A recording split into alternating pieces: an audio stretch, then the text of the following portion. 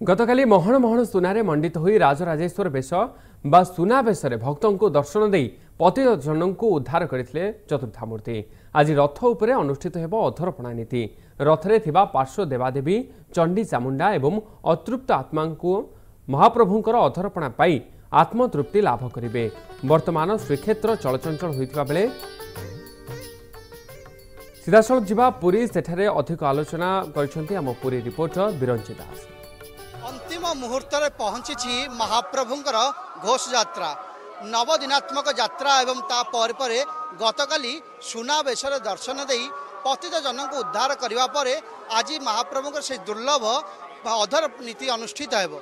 तेरे पतित जनों को उद्धार करने महाप्रभु नवदिनात्मक यात्रा बाहर थिया बेले पार्श्व देवादेवी चंडी चामुंडा अतृप्त आत्मा को तृप्त करने अधर नीति अनुष्ठित होता है। तेरे अधर नीतिर कौन रही महात्म्य ये अधर नीति किभली प्रस्तुत करा जाए से संपर्क में जाना आ नीति केतेबेले अनुष्ठित हम से संपर्क विशद भाव जानापी आम सहित अच्छा वरिष्ठ दैतावती विश्ववसु विनायक दास महापात्र। श्रीयुक्त दास महापात्र महाप्रभु अधर में 3टी लेखाएं माटी हांडी अधर पणा प्रस्तुत करा प्रस्तुत किभली भाव करा शुणु आज हूँ महाप्रभुर अंतिम पर्याय जिनस कहीं महाप्रभुर नवदिन यात्रा आज हूँ द्वादश नीति महाप्रभुर अधरपणा अधरपणा हूँ महाप्रभुर अधर पर्यंत 3टी हांडी प्रस्तुत करा जाए एवं 3 रथरे 9टी हांडीर व्यवस्था करा जाए एवं तादे क्षीर छेना सर एवं चेनी एवं गुजराती कर्पूर ये समस्त जिनस देहरे प्रस्तुत करा जाए।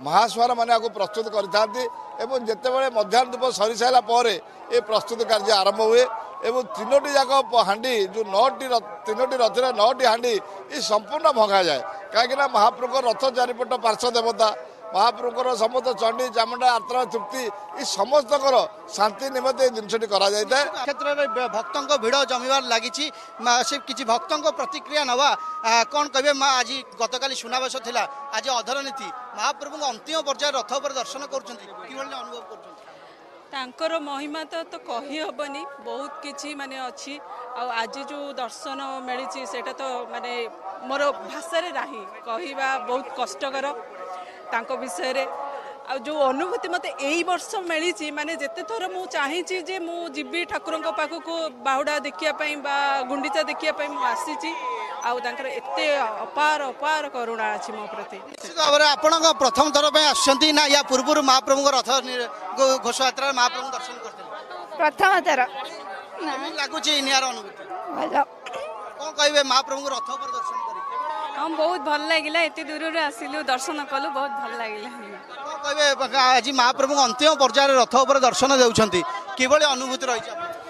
जय जगन्नाथ भाई मु निज को बहुत सुनाम धन्य अर्जन करुछि जे श्री जगन्नाथ एते सुंदर हिसाब से हमको दर्शन दौरान मु भावुची जगतर कल्याण हो पुरीवासी कल्याण हो सौभाग्य हो जमी सुंदर हिसाब से दर्शन है। महाप्रभु जय जय करंतु पृथ्वी शांति रहू। जय जगन्नाथ जय जगन्नाथ जय जगन्नाथ। जो भाव रथ यात्रा आरंभ कर सुनावेश पर्यंत समस्त नीतिकांति को श्रृंखलित भाव समापन कराई आज अधर नीति श्रृंखलित भाव समापन एवं आसंता काली अधर नीति सरिया पर नीले कंदर को बाहुड़ी जीवे नीलाद्रीनाथ। Puri video journalist Devi Prasad Biranchi Narayan Das MBC news.